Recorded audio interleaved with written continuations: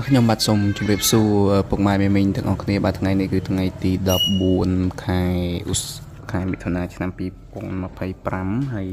សម្រាប់ថ្ងៃនេះពុកម៉ែមីងខ្ញុំបាទមានសម្បត្តិខ្លីចែកជូនកាន់ពុកម៉ែមីងផងដែរមកចាំក្នុងសម្បត្តិហ្នឹងគឺខ្ញុំបានឃើញវាថាគេមានកម្មវិធីស្អីមួយហើយដូចជានៅវត្តអីមិនដឹងទេប៉ុន្តែឃើញមានលោកផ្លែកពុកម៉ែមីងលោកពាក់ស្បង់ខុសពីយើងដូចលោកនៅស្រុកចិនអីចឹងណាហ្នឹងហើយមានពាក់ស្បែកជើងប៉ាត់តាពាក់ជើងអីចឹងទៅបាទដូចលោកសៅលិញនៅស្រុកចិនចឹងបន្ទាប់មកគាត់មកច្រើនអង្គដែរដូចជា6 7អង្គពុកម៉ែមីងមកកម្មវិធីបុណ្យអីគេហ្នឹងបន្ទាប់មកទៀតបាទគាត់ខ្ញុំឃើញហើយខ្ញុំវាថាលោកហ្នឹងគឺចេះក្បាច់គុណចេះអីគេណាណីនោះបាទ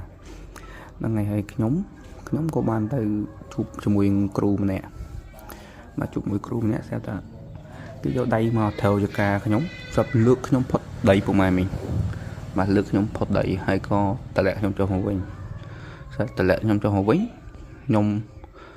មើលបងខ្ញុំថាធ្វើលេងប៉ុន្តែមានអារម្មណ៍ថាដូចខ្លាចូលខ្លួនអញ្ចឹងណា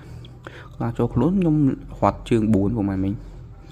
បាទដេញដូចខ្លាដូចសត្វខ្លាយើងដាក់រត់អញ្ចឹងណារត់ដេញគាត់រត់មកទៅហឹង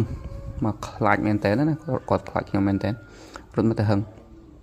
ដល់ពេលទៅខ្ញុំក៏ទៅដល់គៀនផ្លូវមួយខ្ញុំក៏ឈប់សម្រាកអញ្ចឹងទៅហើយក៏ឃើញឪក្មេករបស់ខ្ញុំបាទប៉ះក្មេករបស់ខ្ញុំគាត់ជិះម៉ូតូចូលទៅទុកកន្លែងគេផ្ញើហើយម៉ូតូមិនមែនម៉ូតូខ្ញុំទេហើយក៏មិនមែនម៉ូតូគាត់ដែរម៉ូតូអាគប់បាទម៉ូតូអាគប់អញ្ចឹងយើងអត់ដឹងបោះពីណាទេប៉ុន្តែគាត់ដឹងឃើញគាត់ជិះអញ្ចឹងណាហ្នឹងហើយម៉ូតូអាគប់គាត់ជិះម៉ូតូអាគប់ហើយយកចតហ្នឹងហើយក្រោយមកទៀតគ្រូមួយហ្នឹងគេចង់មកលេងខ្ញុំមកចង់ឲ្យខ្ញុំដេញទៀតទៅគេជិះម៉ូតូអាគប់គេមកដែរបាទគេជិះម៉ូតូអាគប់របស់គេមកឈប់ផ្លូវអញ្ចឹងទៅគេធ្វើដួលទៅដើម្បីឲ្យយើងដេញណាវាអញ្ចឹងណាធ្វើដួលទៅឲ្យយើងដេញប៉ុន្តែយើងវាមិញយើងធ្វើលេងនោះយើងមានអីចូលមែនតើណាដល់ពេលអញ្ចឹងក៏អត់មានធ្វើអីទេបាទពុកម៉ែមីងហ្នឹងហើយក៏ចុះមកនិយាយគ្នាលេងអីធម្មតាអញ្ចឹងទៅហ្នឹងហើយអញ្ចឹងសុបិនរបស់ខ្ញុំមានប៉ុណ្ណឹងឯងចែកជូនកាន់ពុកម៉ែមីងជូនពុកម៉ែមីងហេងទាំងអស់គ្នា